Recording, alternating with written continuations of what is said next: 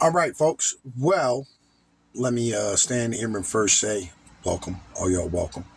Right. And let me second say that, look here, everything that I say, all right, I have firsthand experience at because I've been working and pulling, rail work for about 8 years now. Yesterday we made a video about a rail strike coming, today, right? Or coming on Friday. Well, it actually happened yesterday around noon, right? And as of yesterday, like we weren't able to engage boxes to the rail because of the strike.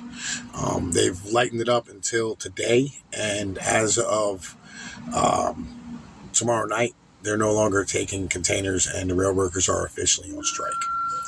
Now, how does this affect like everyday Americans? Well, here's the thing, right? So all your dry goods are shipped by rail, right? So things like paper towels, cereal, rice, mayonnaise, things that like cleaning products, all these type of things move by rail, right? And the reason why they do is because of the fact that the rail handles heavy duty very, very easily and very cheaply, and most non-perishable goods, it doesn't care. They don't really care how long it takes for you to be able to get it from point A to point B, right? So that means that the first thing that's going to be affected is the fact that you're not going to have any fucking containers, right? Basically how it works is, you take a fucking you take a loaded container, out of the rail, you bring an empty back in, and it goes across the country and gets shipped out somewhere else, get loaded again and come back. Right, we've had this problem in regular container shipping when it comes to places like China and overseas freight, where literally what they end up having happen is they stand here and they have all the fucking containers end up, fucked up and set inside of inside of another country like America, right? So, with that being said, you're going to end up with a whole bunch of containers, being short because people are going to load the containers up that they have that are empty, and then there's not going to be any left, right? So, you're only going to have one-way freight, right? And so, until all those containers get sent out and empties are brought back in, there's nothing that they can do, right? That tends to be how this starts off, right? And then the second thing that happens is basically factories shut down once they no longer have the ability to, ship freight out, right? Because if you don't have any place to send anything, like you're kind of fucked, right? And a lot of these larger companies that do things like paper towels, diapers, um, you know, most of your basic supply of like cleaning things, right? About 3 or 4 aisles out of the grocery store are going to be fucking gone. Like they're just not going to exist anymore. And then you're going to start running into raw product, things like flour, right? Things like grains, things like corn, things like oil, things like steel, things like coal, right? All the feed products for other goods are going to end up, just disappearing, right? So when you don't have those and you're not able to manufacture, you end up with a massive problem where, whole things shut down because you don't have supplies to be able to make goods. And then on the other side, you have inputs like paper, right? Or pulp, cardboard, the basic building blocks of things that all run on the rail. Gone again. You no longer have those either. So, with that being said, this shuts down the entire fucking economy rather quickly. And you need 500,000 extra trucks to be able to cover up for all this, and they just don't exist. The whole fucking system shuts down. The Dow went down 1,300 points, 4%. It's looking like it might be worse tomorrow. We might end up in a real fucking economic tragedy because of this.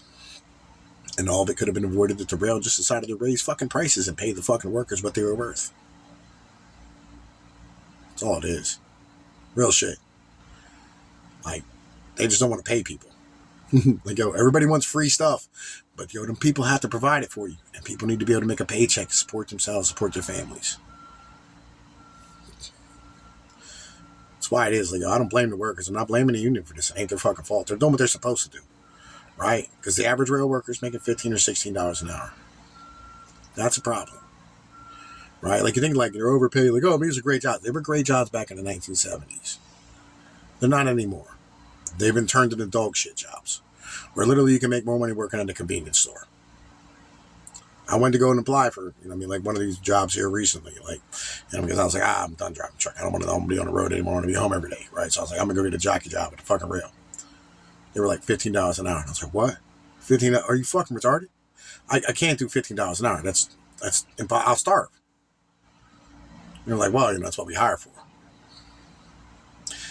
And that's because the rail doesn't want to pay. And it's because the rail don't want to pay raise prices. Same thing with like the toilet paper. When toilet paper ran out, you need to make it $20 a roll. So like everybody, would stop buying ridiculous amounts of toilet paper. Same thing with the meat, supply and demand. Like when demand goes up, you raise price. That way, you stifle off demand and things end up in a higher price where it's supposed to be.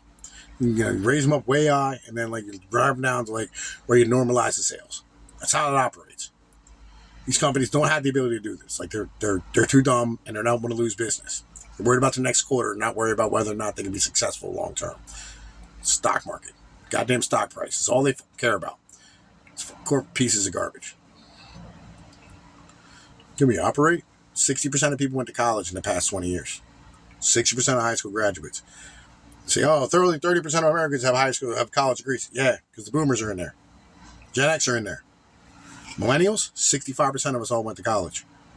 It means 40% of the workforce is all you're chasing after. It comes down to every job, whether it be Amazon, Uber driver, fucking your local shopkeeper, retail, fucking rail people, like everybody, warehouse workers, all these people, right? 40% of the population. And really, you need 60 or 70% of the population to do these jobs. Reality. You don't need more, underwater lesbian basket weavers. We need more people to, run forklift. That's how it works. Tom Pease with Pinoy News. Y'all know the deal. Like, share, and subscribe, man. I hope to see y'all later. Peace.